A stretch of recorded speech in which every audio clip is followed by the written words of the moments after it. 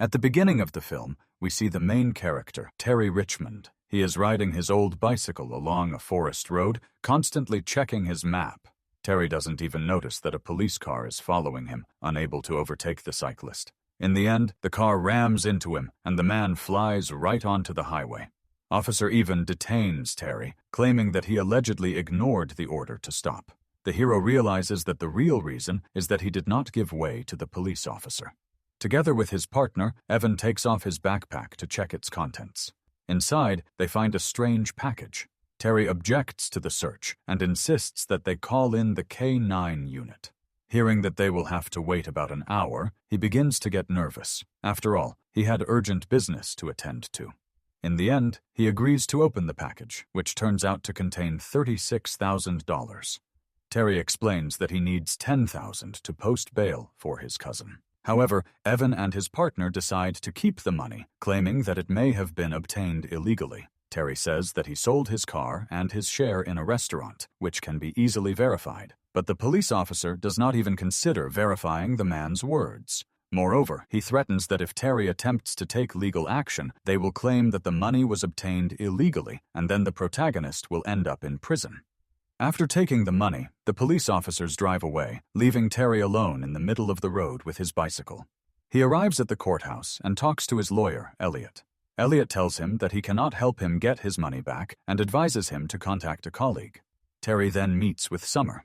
She explains that the police do indeed have the right to seize funds if they suspect illegal activity, and that all seized funds go to the police chief's budget. She warns that the trial will take about a year and require even more money. The conversation is interrupted when two men enter the cafe. Once outside, Summer admits that there are ears everywhere in their city. She also says that Terry's brother is going to be transferred to a state prison on Thursday, where he may not survive. They have little time left. Summer asks for Terry's phone number so she can contact him if necessary, but he replies that he never gives his number to anyone, and that if he needs her, he will find her himself. Later, Terry calls the owner of the restaurant where he used to work. He asks Mr. Liu for $10,000, and he agrees to help. Terry spends the night by a fire in the woods. The next day, he goes to the police station to report the robbery. He is received by Police Chief Sandy himself. The chief assures him that the seizure of the money was legal, and that the only way to challenge it is to go to court. The chief warns him that it's better not to even mention the money. Terry then offers a deal. He only needs $10,000 for bail, and he is willing to leave the remaining $26,000 with the police. Sandy replies that Terry can come to the station at 9 o'clock on Monday morning to resolve the issue. In addition, he will be able to see his brother then. Terry spends another night in the woods. His backpack contains everything he needs to survive. In the morning, he arrives at the police station at 9:03. But Sandy informs him that his brother was taken away at exactly 9 o'clock.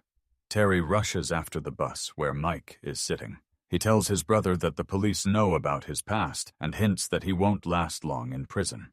Terry swears he will get the money for bail. Returning to the city, he calls Mr. Liu again, but he replies that he cannot help.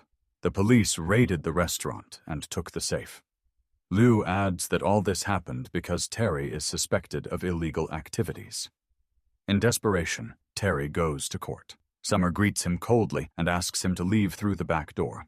However, she soon catches up with him and confesses that she has found documents with inflated bail amounts. She has printed them on a third-party printer and promises to bring them in the evening. But she warns him that it is too risky to communicate openly, as she could lose her job. Meanwhile, at the station, Officer Steve checks Terry's file. Sandy learns that the man served in the military, although he did not see combat. The file contains the mysterious abbreviation PBM. Jessica starts searching for it on the internet. At that moment, Terry appears, and Sandy goes out to talk to him alone. The hero is outraged by the injustice. They took his money and his chance to help his brother. The chief replies that Terry's offer was interesting, but he shouldn't have voiced it so confidently, especially in front of his subordinates. Meanwhile, Jessica finds out that PBM is a Marine Corps martial arts program, and Terry is mentioned on Wikipedia as an excellent trainer. Participants in this program can deal with the enemy even without weapons. Steve rushes to help his boss, but Terry demonstrates incredible skills and defeats two armed police officers at once. He takes Sandy hostage and leads her to the office. There, he explains that everything will end quickly if Jessica comes out and helps. The girl handcuffs Sandy and Steve, then goes to the evidence room where the money is kept. Terry asks her to count out only $10,000, assuring his boss that he is keeping his promise. He also says that they are probably preparing to storm the building outside and hands Jessica an unloaded gun. Now the fate of everyone in the office depends on her. The girl pretends to lead Terry outside in handcuffs, puts him in the car, and tells her colleagues that there has been a mistake. Outside the city, she lets Terry go and warns the patrol via radio. He is unarmed but dangerous. The hero goes to court and posts bail for his brother. Summer is amazed by his actions, but soon the police burst into the building and rudely arrest Terry. Summer films everything on camera. When he wakes up, the hero finds himself in the catacombs, where a doctor examines him. Evan suggests that he get in the car and listen to Sandy. On the way, the chief admits that there is a huge amount of money and weapons in the evidence room because police funding has long been cut. He returns Terry's money and promises to give him a car as compensation. Mike's brother is soon taken to the hospital after an attack in prison. Terry will have to pick him up and leave town forever without telling anyone what he saw. The hero agrees. But at the hospital, he finds his brother in serious condition, and they are unable to save him. Soon, Summer picks up Terry and confesses that she has discovered a lot of compromising facts. She is convinced that the entire police system is thoroughly corrupt.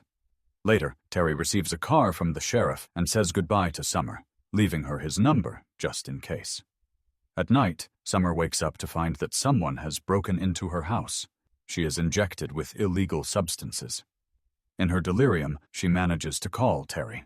When she comes to, she confesses that she has suffered from addiction in the past and lost her husband. Now she is afraid that everyone in their town could end up in the same situation. At work, the judge calls her and informs her that he has received information that Summer has returned to her addiction. She swears it's not true, and they ask her to take a test. Meanwhile, Terry leaves town, but is stopped by a patrol car. Officer Steve reproaches him for not listening to the chief's advice and leaving. Steve doesn't turn on his lights so the camera won't record what's happening, and he throws a gun into Terry's car. Then he opens fire.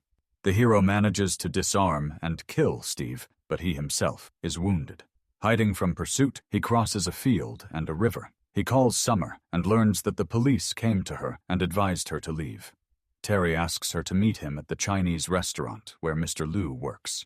There, the owner helps him and tells him that most likely everything is connected with the documents that Summer found. The police put people in jail for 90 days and then release them. Terry decides to fight the corrupt system and the police chief. He and Summer secretly return to the city. The woman goes to Elite, who still works in the court. She learns from the judge that 2 years ago, a man died during an arrest, and because of the lawsuit, the police had to increase bail to compensate for the damage. One more loss, and the city will collapse. All the evidence against the police is stored on hard drives. Terry and Summer descend into the catacombs, where they hope to find them. A fire breaks out underground, but Terry manages to retrieve the memory cards. Summer waits for him at the car, but she is detained. Terry is offered a trade, the woman in exchange for the data.